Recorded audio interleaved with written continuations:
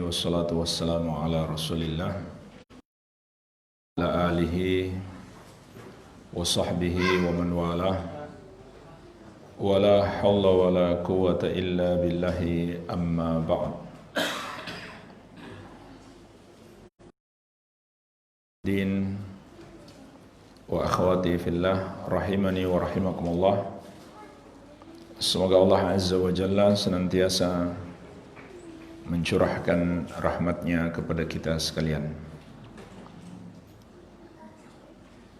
InsyaAllah ta'ala kita akan melanjutkan pembahasan ringkasan kitab Kun Salafiyan Alal Jaddah. Jadilah Salafi Sejati, yang disusun oleh Fadilatul Syekh Abdus Salam bin Salim As-Suhaimi, Syekh Dr. Abdus Salam bin Salim As-Suhaimi hafizahullah ta'ala, yang diberi kata pengantar oleh para ulama besar Madinah, yaitu Syekh Ali bin Nasir Al-Faqihi dan Syekh Ubaid Al-Jabiri. Begitu pula buku ini telah dibaca oleh Syekh Al-Allamah Profesor Dr. Saleh Al-Fauzan bin Abdullah Al-Fauzan hafizahullah ta'ala. Kita telah membahas pada 2 pertemuan yang lalu muqaddimah kitab ini, yaitu pembahasan tentang makna sunnah dan penamaan-penamaan terhadap ahlu sunnah. Ini 2 muqaddimah kitab ini yang sudah kita bahas, makna sunnah dan nama-nama yang dimiliki oleh ahlu sunnah. Karena dengan nama-nama itu kita mengenal siapa ahlu sunnah yang sebenarnya, dan di antara sifat-sifat mereka, serta pentingnya mengikuti sunnah. Begitu pula di pertemuan yang lalu telah kita masuk pembahasan apa yang dimaksud dengan salaf. Ini pembahasan bab yang pertama setelah 2 muqaddimah. Pada pertemuan yang lalu telah kita bahas bab yang pertama, yaitu tentang siapa itu salaf, apa yang dimaksud dengan salaf. Tidak lain, salaf itu adalah generasi terbaik umat ini, yaitu Rasulullah SAW dan para sahabat, dan 2 generasi setelahnya, generasi tabi'in dan tabi'u at-tabi'in. 3 generasi ini, yaitu generasi sahabat, tabi'in dan tabi'u tabi'in, telah diberikan rekomendasi khusus oleh Rasulullah SAW dalam hadis yang masyhur, khairun nasi qarni thumma alladhina yalunahum thumma alladhina yalunahum. Sebaik-baik manusia adalah generasiku, kemudian generasi setelahnya, kemudian generasi setelahnya lagi. Jadi ada nas khusus dari Rasulullah SAW yang memberikan rekomendasi terhadap 3 generasi ini, sahabat, tabi'in dan tabi'u at-tabi'in. Namun seringkali para ulama juga jika menyebut salaf mencakup ulama-ulama besar setelahnya yang dikenal sebagai ulama ahlu sunnah, walaupun dia tidak termasuk dalam 3 generasi tersebut.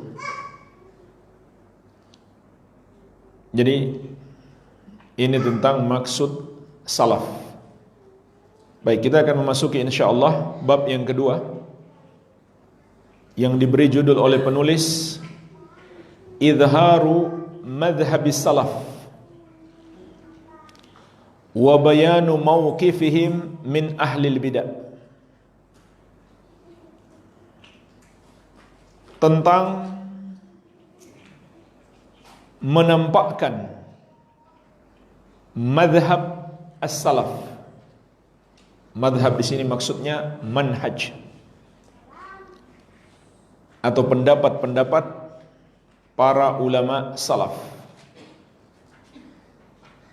Wa bayanu mauqifihim min ahlil bidah, dan menjelaskan sikap salaf terhadap golongan yang menyimpang, golongan ahlul bidah.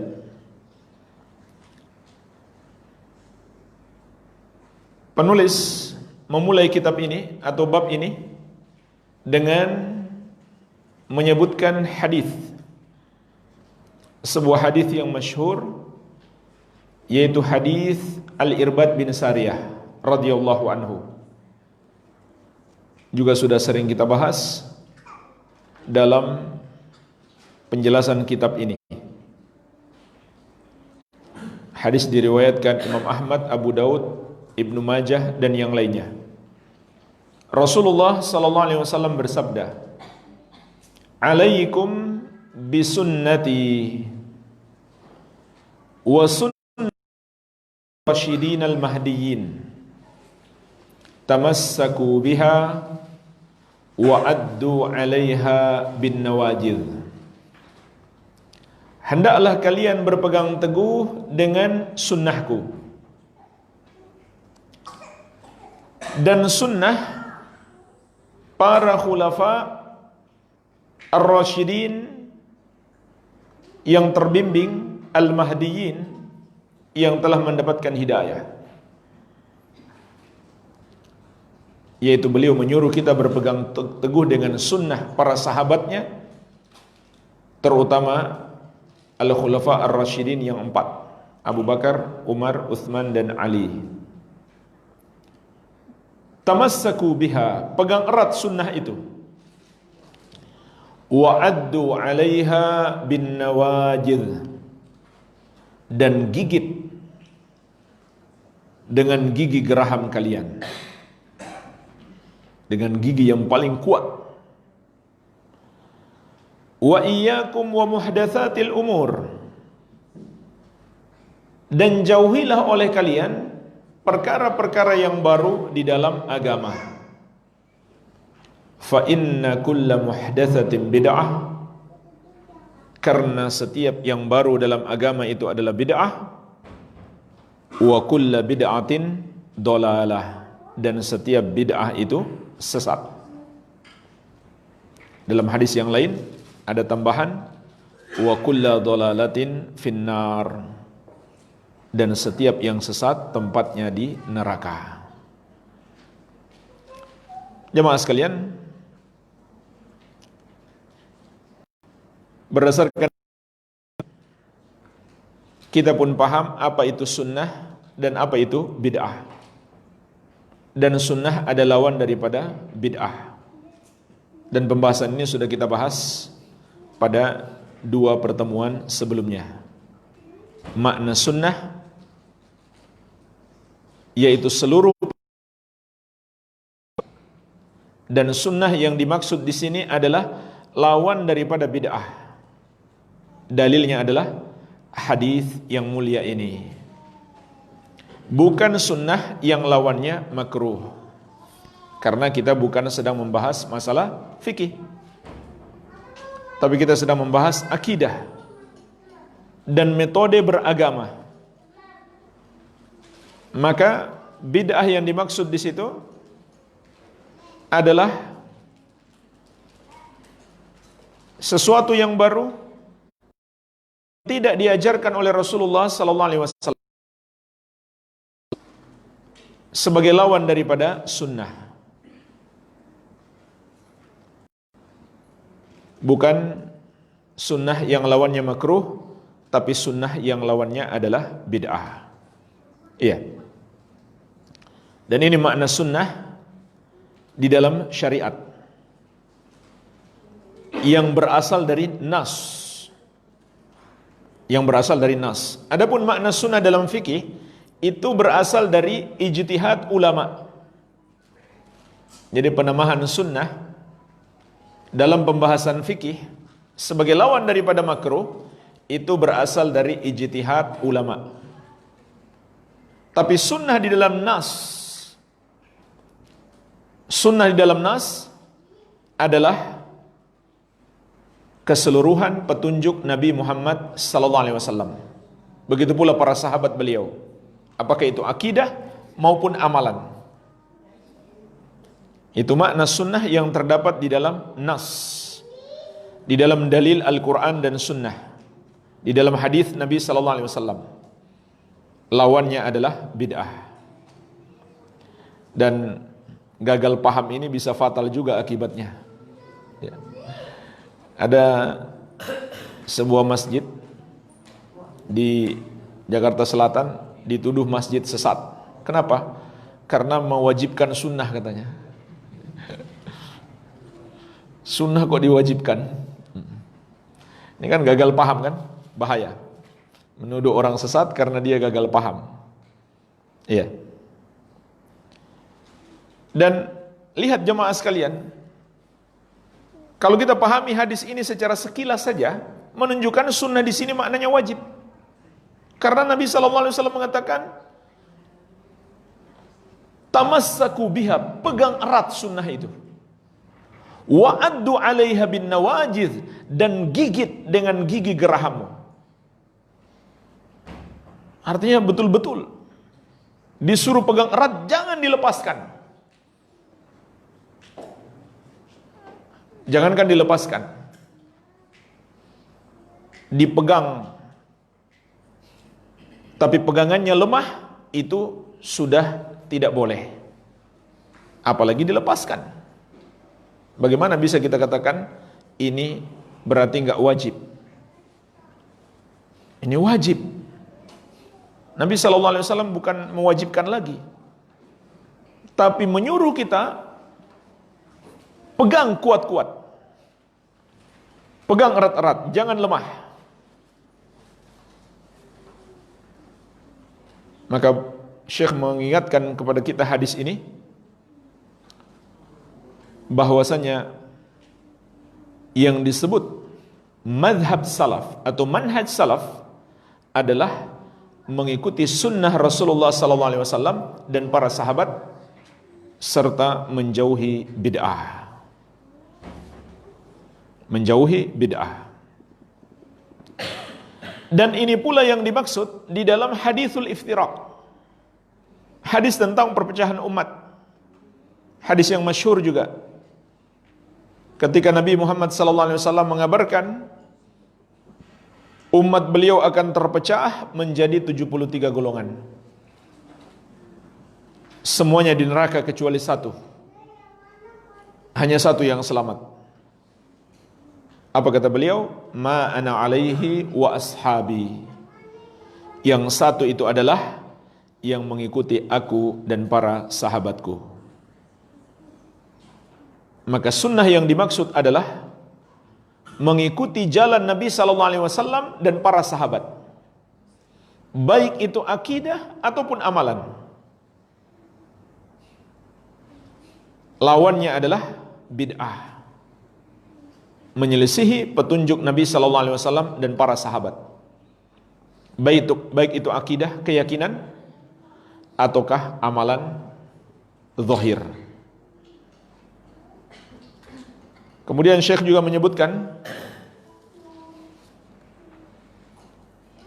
pengumuman dulu, pemilik mobil Yaris B1292 mohon dipindahkan, menghalangi mobil yang lain. Syekh juga menyebutkan pemahaman para ulama terhadap perintah mengikuti sunnah dan mengikuti jalan para sahabat Nabi sallallahu alaihi wasallam.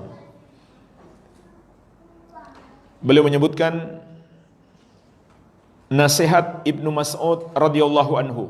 Ibnu Mas'ud adalah ulama besar dari generasi sahabat. Beliau satu dari beberapa sahabat yang Nabi sallallahu alaihi wasallam perintahkan kaum muslimin untuk belajar Al-Qur'an dari Ibnu Mas'ud. Dan Ibnu Mas'ud pernah menceritakan bagaimana mereka belajar Al-Qur'an kepada Nabi sallallahu alaihi wasallam per 10 ayat. 10 ayat dipelajari cara membacanya, makna-makna yang terkandung di dalamnya, sampai mereka paham, sampai mereka amalkan. Kemudian Nabi SAW tambah lagi 10 ayat sampai selesai Al-Quran. Jadi jangan ragukan pemahaman sahabat. Guru mereka adalah guru yang terbaik, dan belajarnya gak main-main. Dan Ibnu Mas'ud adalah salah satu yang terbaik dalam memahami Al-Quran. Maka beliau pernah berkata, "Man kana mustannan falyastanna biman qad mata." Barang siapa yang hendak menjadikan seseorang sebagai teladan, maka teladanilah orang-orang yang sudah mati. Ulaika ashabu Muhammadin sallallahu alaihi wasallam. Mereka itulah para sahabat Nabi Muhammad sallallahu alaihi wasallam. Jemaah sekalian, di sini juga mengandung pelajaran hati-hati dengan orang yang hidup. Kita lihat dia berilmu, kita lihat dia ahli ibadah, tapi besok belum tentu keadaannya seperti itu.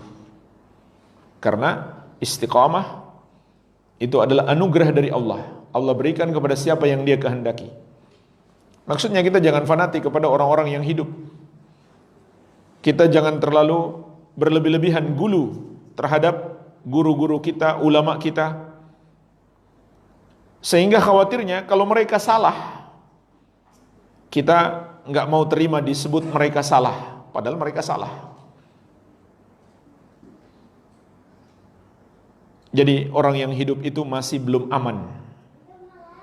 Maka generasi yang sudah wafat, mereka lebih baik dijadikan teladan. Terutama generasi pertama, para sahabat Nabi Muhammad sallallahu alaihi wasallam. Kemudian beliau menyebutkan sifat-sifat para sahabat. Kanu khaira hadhil ummah. Mereka adalah sebaik-baik umat ini. Sebaik-baik umat ini. Dan jemaah sekalian, ini pendapat ahlu sunnah. Tapi kalau kita tanya orang-orang Syiah, siapa umat yang paling buruk? Mereka bilang sahabat Nabi sallallahu alaihi wasallam. Makanya kata para ulama, orang-orang Syiah itu mereka seringkali lebih buruk daripada Yahudi dan Nasrani. Karena orang-orang Yahudi kalau ditanya, siapa umat terbaik kalian? Pasti mereka jawab, sahabat-sahabat Nabi Musa alaihi salam. Begitu pula orang Nasrani kalau ditanya, siapa umat terbaik di kalangan kalian? Pasti mereka menjawab, sahabat-sahabat Nabi Isa alaihissalam. Kalau orang Syiah ditanya, siapa orang yang umat yang paling buruk? Mereka bilang, sahabat Nabi Muhammad sallallahu alaihi wasallam. Dan sebenarnya tujuan mereka bukan mencela sahabat, tapi mencela Nabi Muhammad sallallahu alaihi wasallam. Itu tujuan mereka sebenarnya. Tapi mereka nggak berani mencela langsung. Karena misi mereka menipu umat. Kalau mereka mencela Nabi Muhammad SAW, umat akan sadar. Umat langsung tahu, oh ini musuh, nggak mungkin kawan. Masa mencela Nabi kita? Tapi mereka mencela para sahabat yang sebenarnya maksud tujuan mereka adalah mencela Nabi Muhammad SAW. Kenapa jemaah sekalian? Karena almar'u ala dini khalili. Seseorang itu tergantung agama sahabat karibnya. Jadi kalau sahabatnya rusak, tentu yang bersahabat dengannya juga rusak. Apalagi beliau adalah guru mereka. Kalau sahabat rusak, berarti gurunya yang bertanggung jawab. Gurunya ngajarin apa kalau begitu? Kalau sahabat dikatakan sebagai orang-orang yang rusak, padahal guru mereka adalah guru yang terbaik. Makanya Ibnu Mas'ud mengatakan mereka adalah sebaik-baik umat ini. Wa abarraha quluban. Mereka juga adalah orang-orang yang paling baik hatinya. Paling baik hatinya. Wa a'maqaha ilman, serta yang paling mendalam ilmunya. Wa aqallaha takallufa, dan paling sedikit membebani diri. Artinya mereka sangat jauh dari itu. Tidak suka membebani diri, maksudnya tidak suka mengada-ada dalam agama. Ini jemaah sekalian, kebaikan-kebaikan para sahabat. Mereka generasi terbaik, paling baik hatinya, paling mendalam ilmunya, yang paling jauh dari membebani diri. Artinya kalau beribadah nggak berlebih-lebihan, tidak memaksakan diri, dan tidak mengada-ada. Jemaah sekalian, dari semua pujian ini kepada para sahabat, tidak disebut di sini para sahabat itu yang paling banyak ibadahnya. Beliau tidak mengatakan sahabat yang paling banyak ibadahnya, karena banyak ibadah belum tentu terpuji. Belum tentu terpuji. Dan subhanallah, hanya berselang waktu sedikit sepeninggal Rasulullah SAW, muncul satu kaum yang ibadah mereka mengalahkan sahabat dari segi kuantitas, dari segi jumlah. Dan kaum itu sudah diperingatkan oleh Rasulullah SAW, tetapi kaum itu muncul nanti beliau wafat. Beliau mengatakan kepada para sahabat, laisa qira'atukum ila qira'atihim bisyai'. Bacaan Al-Quran kalian dibandingkan bacaan mereka tidak ada apa-apanya. Mereka hebat membaca Al-Quran. Wala salatukum ila siyamihim bisyai'. Salat kalian dibandingkan salat mereka tidak ada apa-apanya. Wala siyamukum ila siyamihim bisyai'. Dan puasa kalian dibandingkan puasa mereka tidak ada apa-apanya. Dalam riwayat yang lain, tahkiruna salatakum ila salatihim wa siyamakum ila siyamihim. Kalian akan menganggap remeh salat kalian dibandingkan salat mereka, dan puasa kalian dibandingkan puasa mereka. Jadi ternyata ada kaum yang bisa mengalahkan sahabat dari segi banyaknya ibadah. Maksudnya umumnya sahabat mereka bisa kalahkan. Tapi bersamaan dengan itu jemaah sekalian, kaum yang dimaksud ini, yang ahli ibadah, Rasulullah SAW mengatakan tentang mereka, kilabun nar syarru qatla tahta adimis sama. Mereka adalah anjing-anjing neraka, seburuk-buruknya bangkai yang terbunuh di bawah kolong langit. Subhanallah, padahal mereka ahli ibadah, rajin ibadah. Kenapa jemaah sekalian? Karena mereka menyelisihi akidah para sahabat Nabi SAW dan manhaj mereka, dan berbuat sesuatu yang baru dalam agama, perbuatan bid'ah yang Rasulullah SAW tidak contohkan. Mereka itu adalah kaum Khawarij. Jadi Ibnu Mas'ud tidak memuji sahabat dengan orang yang paling banyak ibadah, walaupun faktanya demikian. Tapi itu tidak terpuji secara mutlak, karena ada orang yang bisa mengalahkan sahabat, ternyata mereka orang-orang sesat. Iya. Maka jemaah sekalian, ini pelajaran penting bagi kita. Mengikuti sahabat yang paling penting adalah akidahnya, metodenya beragama, pemahamannya terhadap agama. dan ittiba'nya kepada sunnah Nabi sallallahu alaihi wasallam. Jadi yang dipentingkan terlebih dahulu adalah kualitas ibadah, bukan jumlahnya. Jumlah yang banyak tapi tidak mencontoh Nabi sallallahu alaihi wasallam, maka itu tidak ada gunanya. Atau jumlah yang banyak tapi akidahnya menyimpang, maka itu tidak ada gunanya. Jadi hati-hati. Ini akidah, keyakinan, sesuatu yang tidak terlihat, ada di hati kita, tapi itulah yang menentukan amalan lahiriah kita. Kemudian beliau mengatakan, qaumun ikhtarahumullahu lisuhbati nabiyhi sallallahu alaihi wasallam. Mereka adalah satu kaum yang Allah pilih untuk menemani nabinya Muhammad sallallahu alaihi wasallam, wa naqli dinihi, dan menukil agama beliau, yaitu mempelajarinya dari beliau dan mengajarkan kepada generasi berikutnya. Jadi jemaah sekalian, tentu Allah menciptakan dan menetapkan kebetulan. Kalau kita boleh kita katakan kebetulan kita datang ke sini ketemu kamu. Tapi bagi Allah itu bukan kebetulan, itu sudah Allah takdirkan. Itu sudah Allah pilihkan.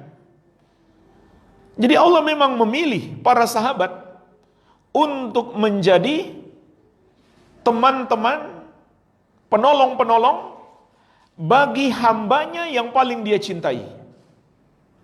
Dan jemaah sekalian, nggak masuk akal kalau hamba yang paling dia cintai, yang paling Allah cintai, lalu Allah berikan kepada beliau kawan-kawan yang buruk. Nggak mungkin. Pastilah Allah pilihkan untuk beliau kawan-kawan terbaik, sahabat-sahabat terbaik.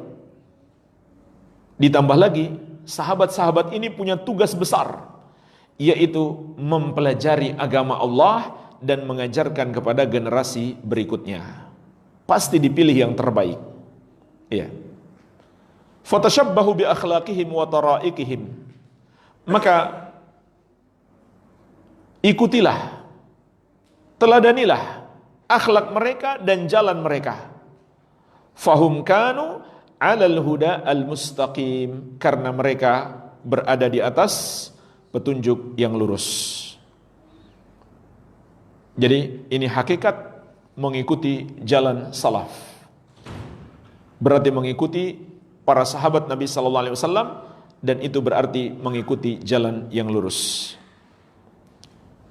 Kemudian beliau juga menukil perkataan Al-Imam Ahmad rahimahullah. Beliau berkata, usulus sunnah indana at-tamassuk bima kana alaihi ashabu Rasulillah sallallahu alaihi wasallam wal iktida'u bihim wa tarkul bid'ah.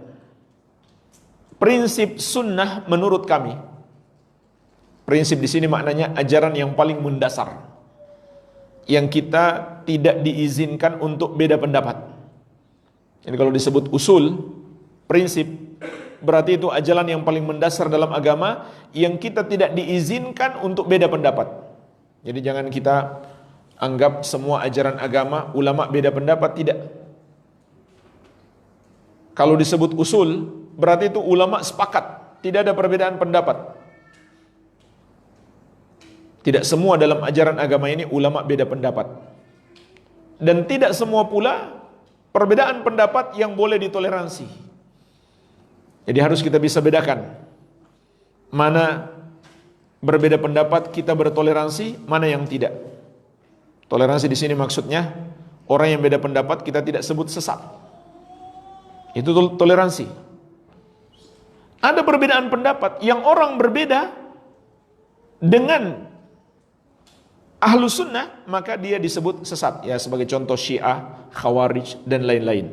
Itu semua disebut golongan sesat. Kenapa? Karena mereka beda pendapatnya dalam masalah prinsip. Masalah prinsip. Iya.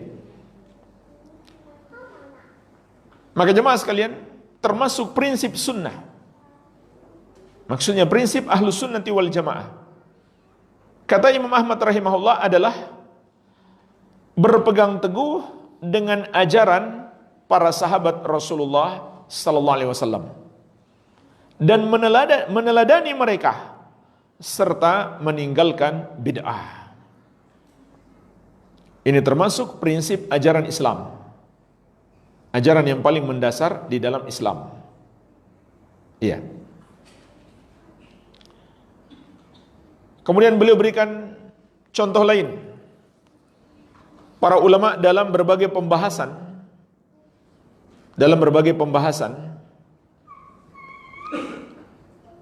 selalu berusaha merujuk kepada pendapat generasi salaf. Sebagai contoh, Imam Ibnu Katsir rahimahullah ketika membahas ayat "Tsumma stawa 'alal 'arsy", kemudian Allah istiwa di atas arsy, surat Al-A'raf ayat ke-54. Maka beliau mengatakan, "Falinnasi fi hadza maqalat katsirah jiddan. Laisa hadza mawdi'u bastiha." Manusia memiliki pendapat-pendapat yang sangat banyak tentang ayat ini. Apa makna Allah istiwa? Bukan kesempatan saat ini untuk menyebutkan semua pendapat tersebut. Wa innama yuslaku fi hadzal maqam madhhabus salafis salih. Namun kata Ibnu Katsir, yang paling layak diikuti dalam permasalahan ini tentu adalah madhab atau pendapat as-salafus salih. Jadi ini contoh para ulama Islam merujuk kepada pendapat generasi salaf.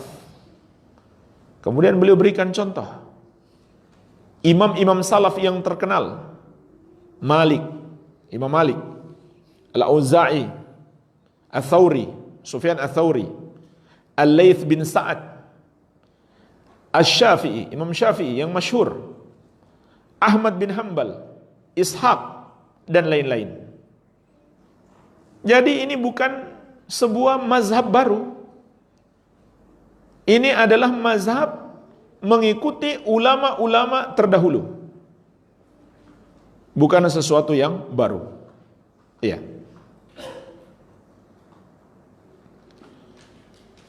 Begitu pula beliau sebutkan nasihat Imam Ibnu Katsir, Imam Az-Zahabi. Fa in ahbabta ya Abdullah al-insaf faqif ma'a nususil Quran was sunan. Wahai hamba Allah, kalau kamu ingin insaf. Insaf itu maknanya bersifat objektif. Bersifat objektif atau adil atau pertengahan. Maka kamu harus mengikuti nas-nas Al-Quran dan Sunnah. Tsumma nzur maqalahu sahabah wa tabi'un. Kemudian kamu lihat apa yang dikatakan oleh sahabat dan tabi'in. Jadi jemaah sekalian, ini makna mengikuti Al-Quran dan Sunnah. Bukan kita ambil satu ayat, kita ambil satu hadis, lalu kita buat kesimpulan sendiri, tidak. Tetapi tetap melihat pada penjelasan-penjelasan ulama. Dan para ulama yang paling pantas untuk dijadikan rujukan tentu sahabat. Karena Quran diturunkan di masa mereka dengan bahasa mereka. Begitu pula hadis. Pastilah mereka yang lebih paham. Kemudian lihat juga ucapan tabi'in. Wa a'immatut tafsir fi hadhil ayat. Begitu pula para imam ahli tafsir tentang ayat-ayat tersebut. Wa mahakauhu min madzahibi salaf. Dan apa yang dinukil oleh para imam ahli tafsir tersebut dari pendapat-pendapat salaf. Jadi jemaah sekalian, kita merujuk kepada imam ahli tafsir sekalipun, itu bukan bermakna mengambil pendapat mereka, tapi melihat penukilan mereka dari ulama salaf. Makanya kalau antum baca tafsir At-Tabari atau tafsir Ibnu Katsir, itu bukan penulis buat-buat sendiri penafsirannya. Beliau nukil semuanya. Walaupun terkadang beliau beri kesimpulan, baik di awal pembahasan atau di akhir. Tapi kesimpulan itu dari nukilan para ulama. Dari Ibnu Abbas, dari Ibnu Mas'ud, kemudian dari tabi'in, dari Imam Mujahid, dari Ikrimah dan lain-lain. Jadi ini cara mempelajari Al-Quran dan Sunnah. Banyak orang salah paham. Mereka mencela seruan kembali kepada Al-Quran dan Sunnah. Lalu mereka bilang, ya nggak mungkin kalian bisa melakukan itu. Memangnya kalian ulama? Ya bukan itu yang kita maksud. Kembali kepada Al-Quran dan Sunnah, itu maknanya kembali kepada penjelasan-penjelasan para sahabat tabi'in dan nukilan-nukilan para ulama ahli tafsir. Jadi bukan maknanya kembali kepada Al-Quran dan Sunnah, lalu kita semuanya jadi ahli tafsir, tidak. Atau kita berdalil sendiri, menyimpulkan hukum sendiri, tidak. Tapi tetap merujuk kepada para ulama. Termasuk dalam masalah fikih. Termasuk dalam masalah fikih. Ketika para ulama mengatakan, hendaklah kita kembali kepada dalil Al-Quran dan Sunnah. Jangan fanatik madhab. Perhatikan ucapan seperti ini jemaah sekalian. Ini tidak bermakna mazhab itu dibuang, tidak. Itu tidak bermakna merendahkan mazhab, tidak. Atau meninggalkan pendapat-pendapat mazhab, tidak. Tetap dipelajari mazhab-mazhab itu untuk memahami Al-Quran dan Sunnah. Memahami hukum-hukum yang terkandung dalam Al-Quran dan Sunnah. Sebagai contoh jemaah sekalian, imam-imam besar yang dikenal pakar dalam bidang fikih maupun dalam bidang agama secara umum, tapi mereka tidak menisbatkan diri pada satu mazhab pun. Contohnya Imam Asy-Syaukani, begitu pula As-San'ani, begitu pula di zaman sekarang Syekh Al-Albani dan Syekh Muqbil. Nah, jemaah sekalian, ini imam-imam besar dan mereka tidak mengklaim satu mazhab pun. Dan tidak mengajak kepada satu mazhab apapun. Dan selalu kalau berpendapat, ini dalilnya Al-Quran, ini dalilnya Sunnah. Mereka juga melarang fanatik mazhab. Lalu ada orang yang salah paham, bahkan sampai kurang ajar. Ya. Sampai ada yang berani mengatakan, Syekh Al-Albani, Syekh Muqbil, itu merusak mazhab di zaman sekarang. Karena dia nggak ngerti bagaimana cara Syekh Albani dan Syekh Muqbil itu berdalil. Kalau kita baca buku-buku Syekh Albani dan Syekh Muqbil, itu juga dipenuhi dengan nukilan pendapat ulama madhab. Itu dia nggak baca. Ya, jadi Syekh Albani kalau membahas, beliau sebutkan dulu Al-Quran, beliau sebutkan dulu hadis, baru di bawahnya pendapat ulama madhab. Yang cuma dengar-dengar isu-isu, tapi dia nggak baca buku Syekh Albani secara langsung. Jadi para ulama itu yang mengatakan nggak boleh fanatik mazhab, bukan berarti mereka bilang jangan bermazhab, nggak boleh bermazhab, atau tinggalkan mazhab, atau mazhab itu sesat, tidak. Faktanya buku-buku mereka dipenuhi dengan nukilan-nukilan ulama mazhab. Ya.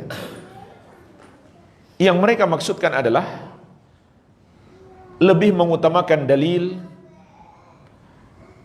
Kalau terjadi perbedaan pendapat di kalangan mazhab, maka mazhab yang lebih sesuai dalil itu yang kita ikuti. Jadi bukan membuang mazhab tersebut. Baik, jadi jemaah sekalian harus dipahami. Makna kembali kepada Al-Quran dan Sunnah itu bukan berarti kita tidak mempelajari penjelasan-penjelasan para ulama. Setiap kita jadi ahli tafsir, setiap kita boleh menafsirkan hadis, tidak. Tapi kita tetap mengikuti penjelasan-penjelasan para ulama, terutama dari kalangan sahabat dan tabi'in. Baik, ini penjelasan Imam Az-Zahabi rahimahullahu ta'ala. Nah jemaah sekalian, inilah hakikat manhaj salaf, pendapat salaf, mazhab salaf. Kemudian Syekh menjelaskan poin utama daripada bab ini. Poin utama daripada bab ini, yaitu terkadang kata beliau, kita harus menjelaskan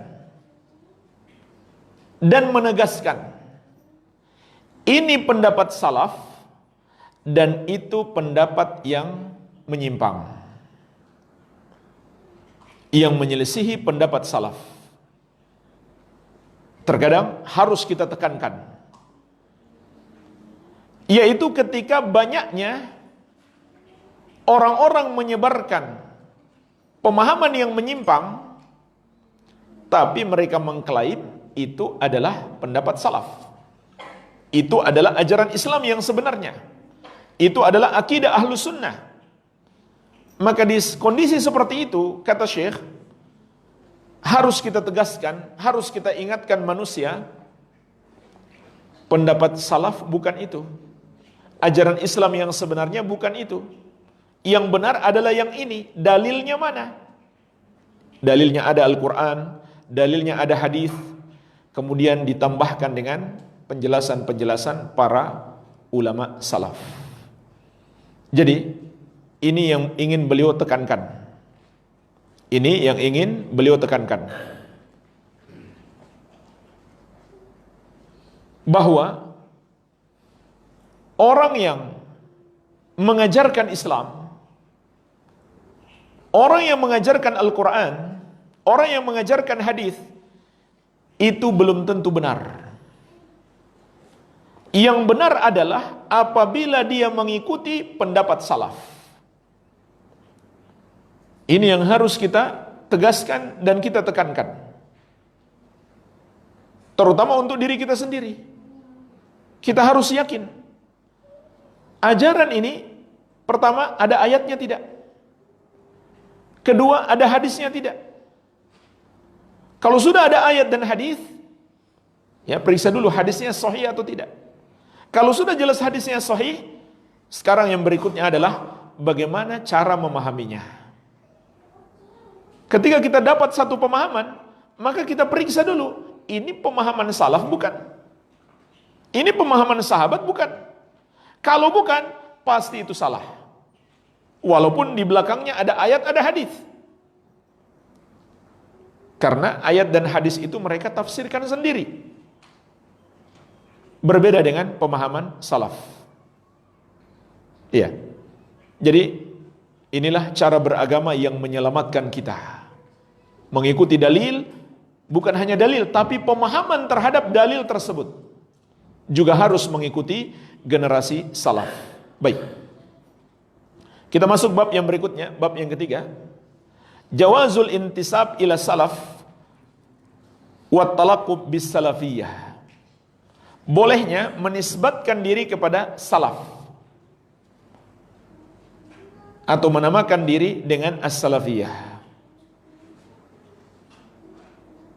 Ini beliau jadikan bab tersendiri karena sebagian orang memperdebatkan. Kenapa harus mengaku-ngaku salafi? Kenapa merasa berhak terhadap pengakuan salafi? Ada pula yang sampai mengatakan itu bid'ah. Maka jemaah sekalian, di sini beliau tekankan, itu hal yang dibolehkan dalam syariat, bahkan terkadang sangat dibutuhkan. Contohnya di pembahasan sebelumnya, sangat dibutuhkan untuk membedakan dengan golongan-golongan yang menyimpang. Iya. Di sini beliau menukil penjelasan Syekhul Islam Ibnu Taimiyah rahimahullahu taala. La aiba ala man azhara madhhab salaf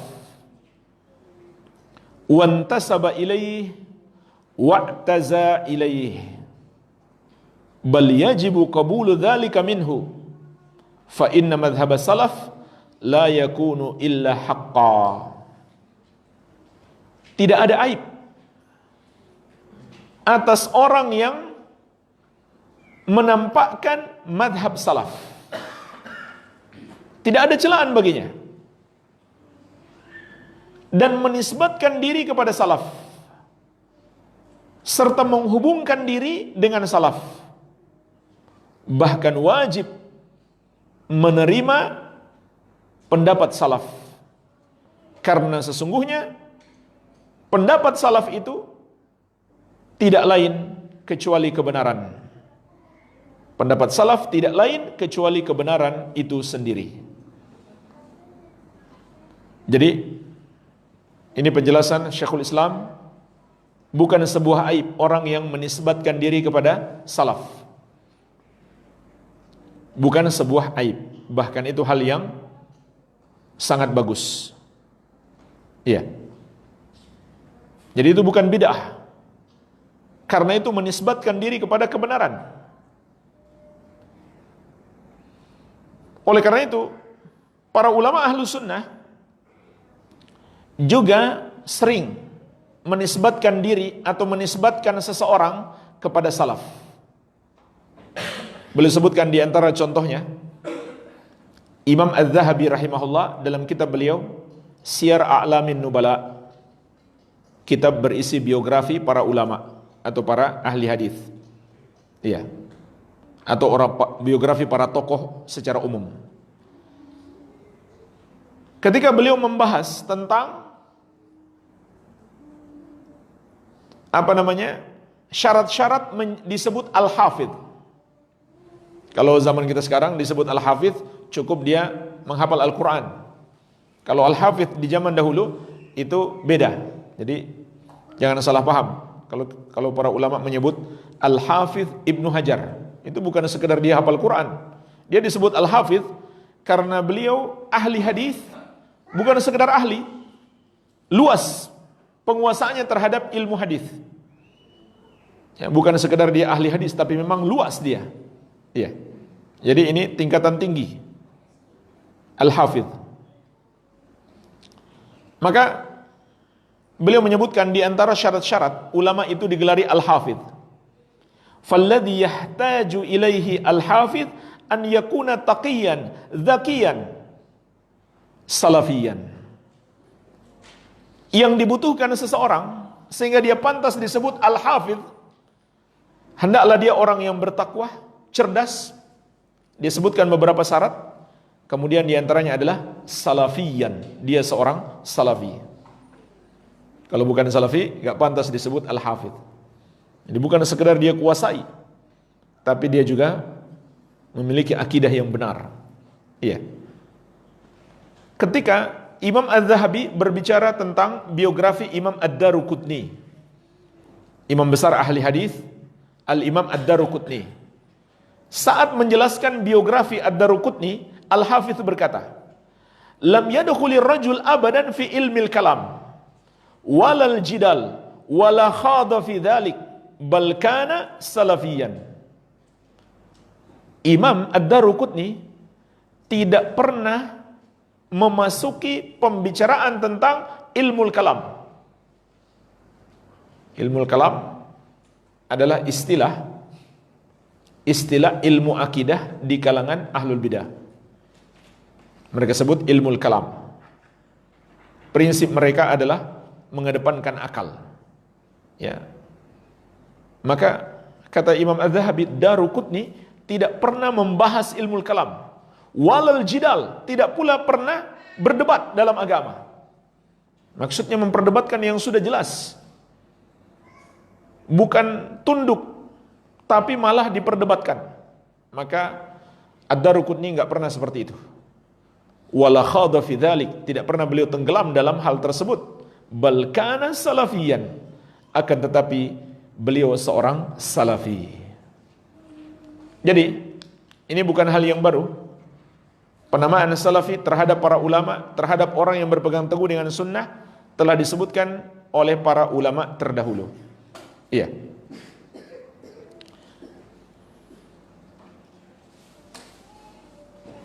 Akan tetapi Syekh juga mengingatkan,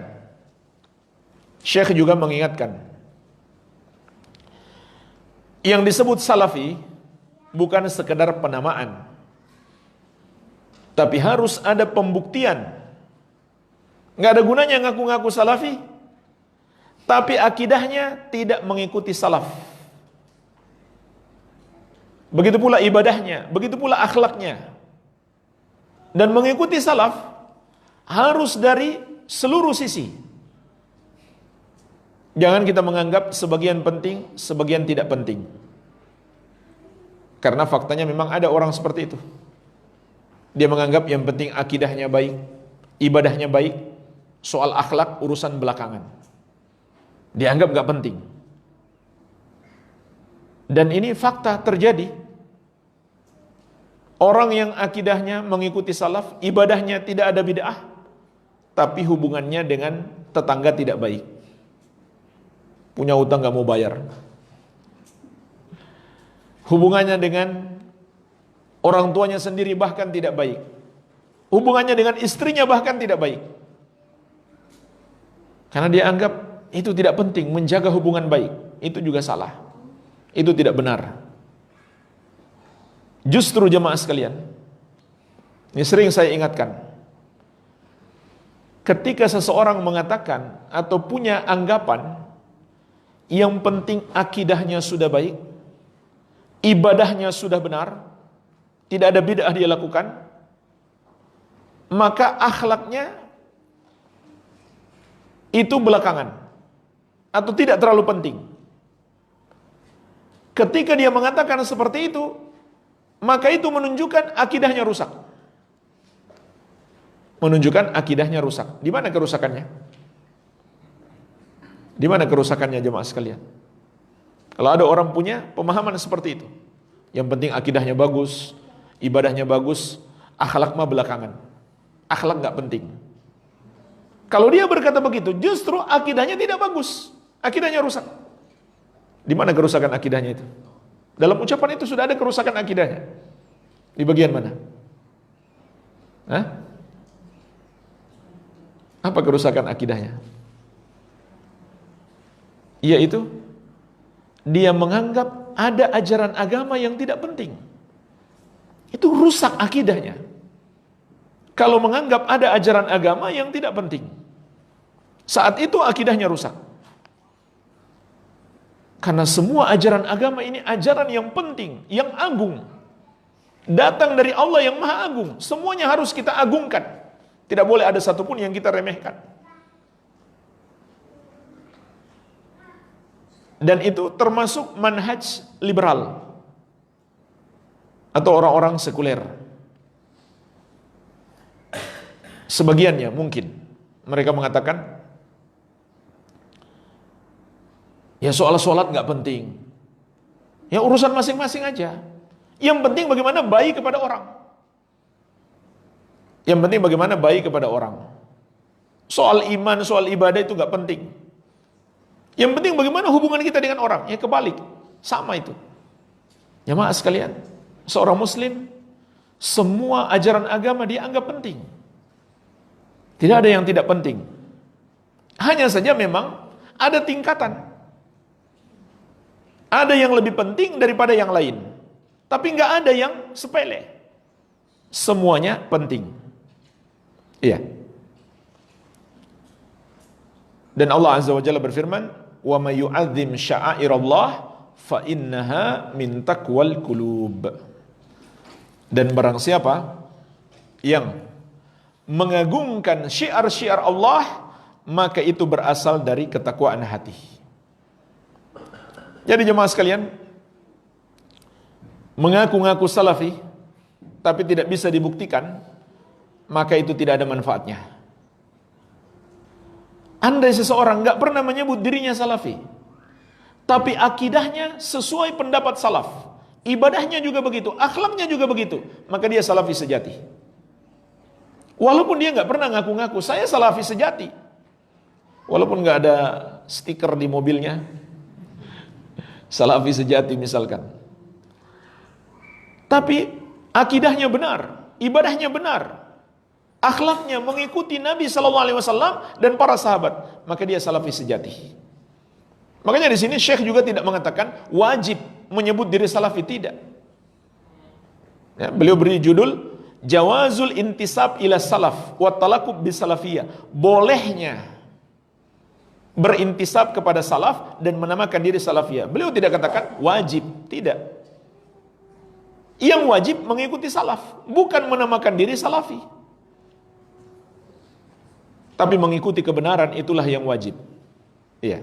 Hanya saja beliau ingin mengingatkan kita itu bukan sesuatu yang tercela. Ini yang pertama. Menyebut diri salafi atau athari, pengikut athar, atau sunni, atau ahlu sunnati wal jamaah, itu bukan sesuatu yang tercela. Tapi dengan syarat, itu sesuai fakta.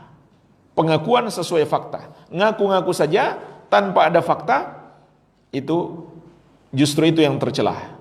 Baik.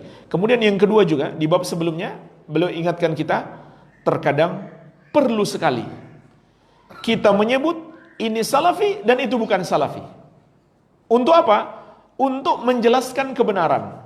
Ini pendapat yang benar dan itu pendapat yang salah. Ini pendapatnya salaf dan itu bukan pendapat salaf. Atau ini dai salafi dan itu bukan dai salafi. Untuk menjelaskan kepada manusia supaya dia tidak salah memilih guru. Karena tidak sedikit juga orang mengaku salafi tapi ngajarkannya terorisme yang diajarkan. Ya, menentang pemerintah, demonstrasi sampai mengebom. Nah, saat itu sangat penting untuk kita ingatkan, itu bukan salafi. Itu adalah pemahaman khawarij dan lain-lain. Iya. Ini pada dasarnya tidak wajib kita mengatakan saya salafi. Ini manhaj salaf. Yang wajib adalah mengikutinya, mengamalkannya. Namun di kondisi tertentu perlu kita jelaskan. Ini pendapat sesuai manhaj salaf, pendapat Nabi SAW dan para sahabat. Dan itu yang bukan. Itu dai salafi, itu bukan dai salafi. Itu ahlu sunnah dan itu bukan ahlu sunnah. Terkadang penting kita menyebutkan ini. Baik, jemaah sekalian, saya tambahkan satu bab lagi. Kita masuk bab yang keempat. Dzikru ba'dil adillah ad-dalah ala wujub ittiba'i salafi salih wa luzumi madhhabihim. Penyebutan sebagian dalil-dalil yang menunjukkan wajibnya mengikuti generasi as-salafus salih dan selalu melazimi pendapat mereka atau selalu berpendapat dengan pendapat mereka. Perhatikan jemaah sekalian, bab ini wajib mengikuti mereka. Adapun di bab sebelumnya beliau katakan boleh menamakan diri dengan salafi, tidak wajib. Yang wajib adalah mengikuti mereka. Apa dalilnya? Inilah bab khusus membahas sebagian dalil-dalilnya. Boleh sebutkan dalil yang pertama, surat Luqman ayat 15. Allah Azza wa Jalla berfirman, "Wattabi' sabila man anaba ilayya." Dan ikutilah jalannya orang-orang yang selalu kembali kepadaku. Ikutilah jalannya orang-orang yang selalu melakukan inabah, kembali kepada Allah. Surat Luqman ayat ke-15. Jadi ayat ini berisi perintah kita mengikuti satu jalan, yaitu jalannya orang-orang yang selalu kembali kepada Allah. Kenapa jamaah sekalian ini jadi dalil wajibnya mengikuti sahabat? Perhatikan ucapan Imam Ibnul Qayyim rahimahullahu ta'ala. Dinukil oleh penulis, kata Imam Ibnul Qayyim, wa kullun minas sahabah munibun ilallahi ta'ala fayajibu ittiba'u sabilihi. Setiap sahabat Nabi SAW adalah orang yang selalu kembali kepada Allah. Semua sahabat Nabi SAW adalah orang yang selalu kembali kepada Allah. Maka wajib mengikuti jalan mereka. Jadi surat Luqman ayat ke-15 secara tidak langsung menyuruh kita mengikuti jalan para sahabat Nabi Muhammad SAW. Kemudian kata beliau, wa aqwaluhu wa i'tiqadatuhu min akbari sabilihi. Dan ucapan-ucapan para sahabat, begitu pula keyakinan mereka, akidah mereka. Maksudnya ucapan-ucapan mereka dalam menjelaskan agama ini, menjelaskan Al-Quran, menjelaskan hadis. Begitu pula akidah mereka adalah sebesar-besar jalan mereka yang harus kita ikuti. Jadi bukan sekedar rajin ibadah, bukan sekedar mengikuti amalan-amalan zahir, tapi yang paling penting kata beliau, metode beragama dan akidah. Wa hadzarana Allahu azza wa jalla min mukhalafati sabilihi. Dan juga Allah telah mengingatkan kita untuk tidak menyelisihi jalan mereka. Wa tawa'ada subhanahu mukhalifahum bi jahannam. Dan Allah telah memberi ancaman keras terhadap orang yang menyelisihi jalan mereka dengan neraka jahannam. Faqala ta'ala, sebagaimana firman Allah, dan ini sekaligus dalil yang kedua. Dalil yang pertama tadi surat Luqman ayat ke-15. Dalil yang kedua tentang kewajiban mengikuti salaf, surat An-Nisa ayat 115. Allah Azza wa Jalla berfirman, "Wa may yushaqiqir rasula mim ba'di ma tabayyana lahul huda." Barang siapa yang menentang Rasul setelah jelas kebenaran baginya. Contohnya gimana jemaah sekalian? Menentang Rasul setelah jelas kebenaran. Dalilnya sudah jelas. Dalilnya sudah jelas, tapi masih dia tentang. Dia tentang dengan apa? Kata guru saya enggak begitu. Penjelasan kiai saya tidak seperti itu. Padahal dalilnya sudah jelas. Tetapi dia tidak mau mengikuti bimbingan Rasulullah sallallahu alaihi wasallam, tapi memilih orang lain. Kemudian kata Allah, "Wa yattabi' ghaira sabilil mu'minin." Dan dia mengikuti selain jalannya orang-orang yang beriman. Orang-orang yang beriman ketika ayat ini turun siapa? Sahabat. Makanya Imam Ibnul Qayyim rahimahullah mengatakan ayat ini adalah ancaman Allah terhadap orang yang menyelisihi jalan sahabat, yaitu dia mengikuti selain jalannya orang-orang yang beriman. Maka kata Allah di sini dalam ayat ini, mereka akan diberikan dua hukuman. Hukuman yang pertama, nuwallihi ma tawalla. Kami akan palingkan mereka kepada jalan kesesatan yang telah mereka pilih tersebut. Jadi ini hukuman yang pertama, yaitu disesatkan. Hati mereka dihukum dengan cara disesatkan. Kemudian hukuman yang kedua, wa nuslihi jahannama wa sa'at masira. Kami akan masukkan mereka ke neraka jahanam, dan itulah seburuk-buruknya tempat kembali. Surat An-Nisa ayat 115. Jadi ayat ini menunjukkan wajibnya mengikuti Rasulullah SAW dan para sahabat. Karena Allah telah memberi ancaman keras, dua hukuman bagi yang menyelisihi petunjuk Rasul atau menyelisihi jalan para sahabat. Ini bahaya jemaah sekalian. Pertama, di dunia tersesat. Yang kedua, di akhirat neraka jahanam. Maka wajib mengikuti sunnah dan jalan para sahabat Nabi sallallahu alaihi wasallam. Kemudian dalil yang ketiga, surat At-Taubah ayat 100. Allah Azza wa Jalla berfirman, "Was-sabiqunal awwaluna minal muhajirin wal ansar walladzina tabauhum bi ihsan radhiyallahu anhum wa radu an." Wa a'adda lahum jannatin tajri tahtaha al-anharu khalidina fiha abada. Dzalikal fawzul azim. Orang yang pertama masuk Islam dari kalangan al-muhajirin wal ansar, sahabat-sahabat terbaik yaitu al-muhajirin wal ansar, dan orang-orang yang mengikuti mereka dengan baik. Maka Allah ridho kepada mereka dan mereka pun ridho kepada Allah. Dan Allah telah menyiapkan untuk mereka surga-surga yang mengalir di bawahnya sungai-sungai. Mereka kekal di dalamnya selama-lamanya. Itulah kemenangan yang besar. Surat At-Taubah ayat 100. Perhatikanlah ayat ini jemaah sekalian. Allah mengabarkan kepada kita dua golongan yang Allah ridhoi. Golongan yang pertama, sahabat-sahabat al-muhajirin wal ansar. Golongan yang kedua adalah orang-orang yang mengikuti mereka. Mengikuti mereka dengan baik. dan ini mencakup semua orang yang mengikuti mereka sampai hari kiamat. Kenapa Allah ridhoi?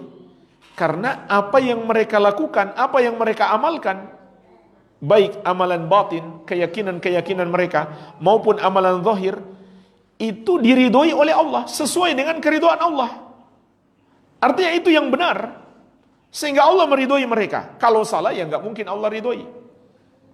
Karena itulah yang benar, yang mereka amalkan, maka Allah meridhoi mereka.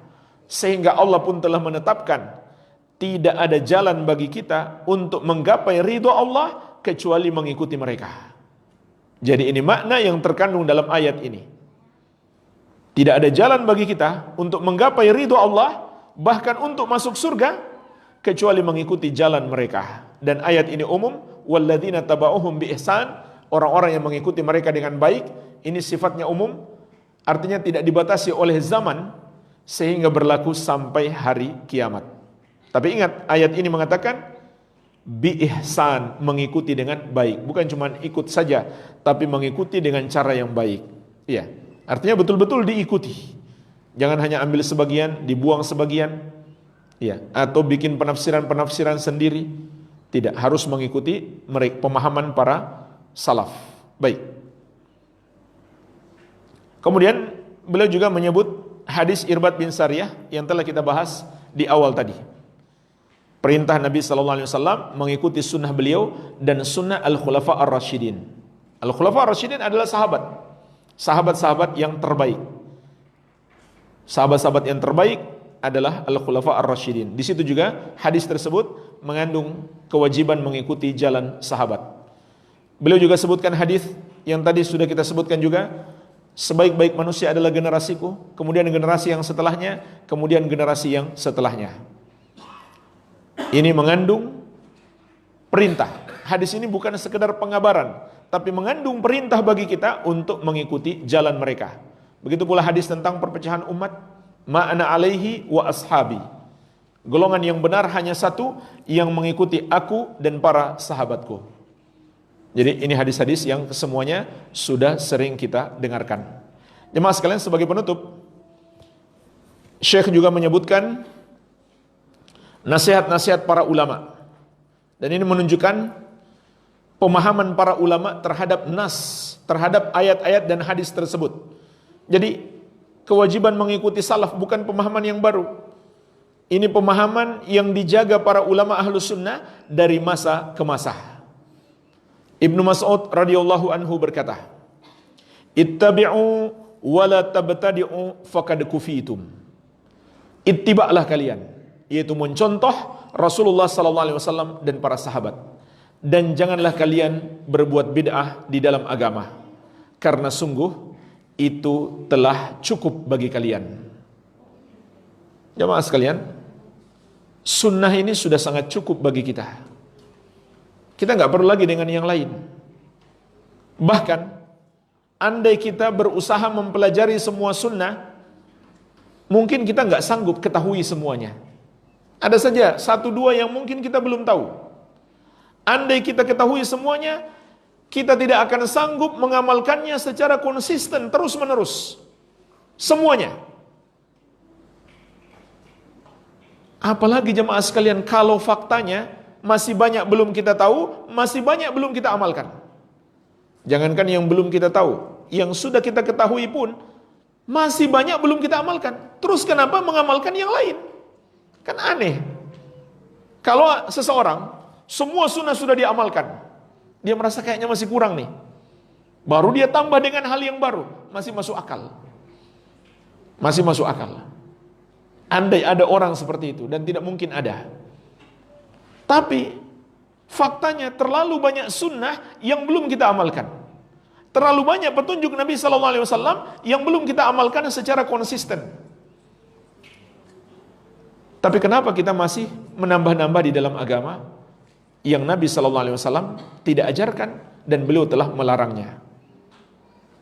Namun faktanya jemaah sekalian, banyak orang begitu semangat, sibuk melakukan yang Rasulullah SAW tidak contohkan, sementara yang beliau contohkan mereka masih banyak belum melakukannya. Tidak lain, tidak diragukan lagi, ini adalah tipuan setan. Tidak diragukan lagi. Kalau yang Nabi SAW tidak ajarkan, mereka semangat melakukannya, sementara yang beliau ajarkan, masih banyak mereka belum melakukan, belum amalkan. Padahal mereka sanggup melakukannya. Tidak diragukan lagi, itu adalah tipuan setan. Iya.